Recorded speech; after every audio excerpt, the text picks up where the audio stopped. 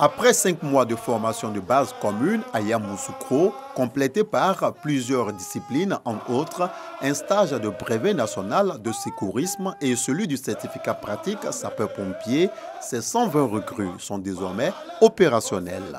De façon symbolique, ils reçoivent le casque d'intervention des mains du chef d'état-major général des armées. C'est la tradition qui signifie simplement la fin de leur formation initiale et leur intégration dans le corps du groupement des sapeurs-pompiers militaires GSPM.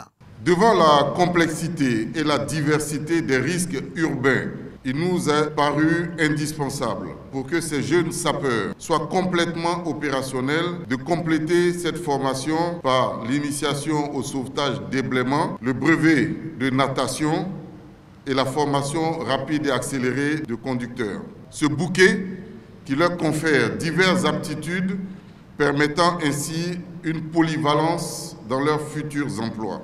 Issus de la classe 2019, les 120 nouvelles recrues ont à présent la lourde tâche de mettre en pratique l'éthique du sapeur-pompier.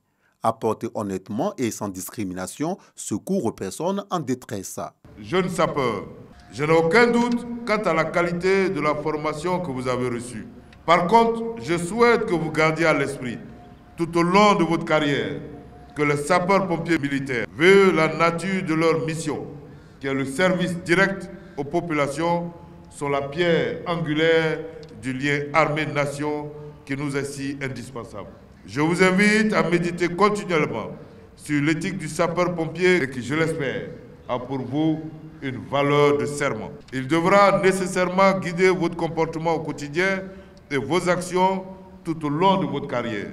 Une remise de médaillons à 48 récipiendaires, dont 15 argent et 33 bronzes, des médailles du courage et du dévouement obtenues après 10 et 15 années de service sans faute professionnelle. Cette décoration a mis un terme à la cérémonie.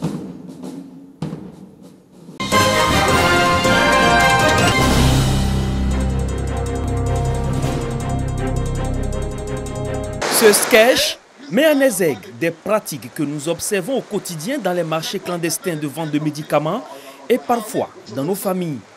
Par exemple, des études récentes présentées par l'OMS révèlent que 72% des patients hospitalisés à cause de la Covid-19 ont reçu des antimicrobiens, mais que seulement 8% de ces patients présentaient une forme d'infection pouvant être traitée.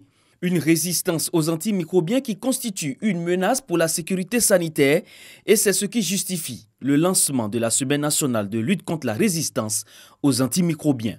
Il y a des maladies comme la tuberculose par exemple, où en temps normal on donne 4 molécules différentes, mais lorsque vous avez une tuberculose ultra résistante, c'est 4 familles d'antibiotiques qui ne marchent pas. Et donc, on se trouve devant une situation de ne pas pouvoir traiter le patient. Et c'est ça qui est la gravité. Ces dernières années, à cause d'une mauvaise utilisation des antibiotiques, la résistance vraiment est croissante. Et il est très, très important qu'on puisse sensibiliser tout le monde, aussi bien la population que les décideurs et qu'également les professionnels de santé. Unis pour préserver les antimicrobiens est le thème de cette semaine nationale de lutte contre la résistance aux antimicrobiens. Selon les acteurs de la santé, cette lutte nécessite l'implication de toutes les parties prenantes. On appelle les populations à utiliser de manière très précise les antimicrobiens et d'éviter de faire de l'automédication quand il s'agit de ce type de médicaments. Car seul les professionnels de la santé est capable de donner le bon médicament pour le bon usage et pour la bonne pathologie. La Côte d'Ivoire fait partie des 10 pays africains qui ont établi des systèmes nationaux de surveillance de la consommation des antimicrobiens et des 3 pays qui ont mis à jour leur liste de médicaments essentiels pour usage.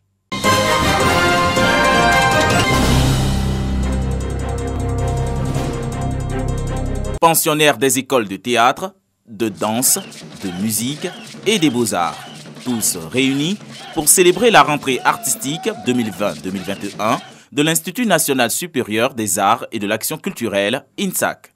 Une journée placée sous le signe de la santé des artistes et de la lutte contre la Covid-19. Nous sommes venus sceller notre partenariat parce que l'INSAC regorge de talents qui peuvent servir à la nouvelle PSP et vice-versa.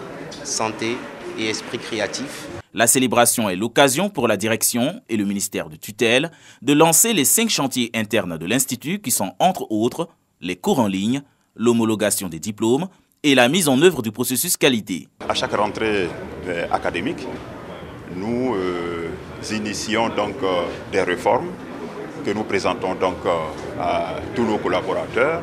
Nous nous sommes posé la question de savoir que devient un artiste dans une situation de crise sanitaire mondiale. Donc l'artiste a besoin d'un environnement paisible, d'un environnement sain pour la création, parce que la création exige à la fois que l'artiste soit en bonne santé. Nous saluons l'initiative du directeur général de l'Institut national supérieur de l'art et de l'action culturelle qui, à travers cette rentrée académique, permet de faire la promotion de son établissement et montrer aux populations ivoiriennes les différentes filières qui sont enseignées ici. L'Institut national supérieur des arts et de l'action culturelle, INSAC, compte à ce jour 5 écoles de formation et plus d'une dizaine de spécialités.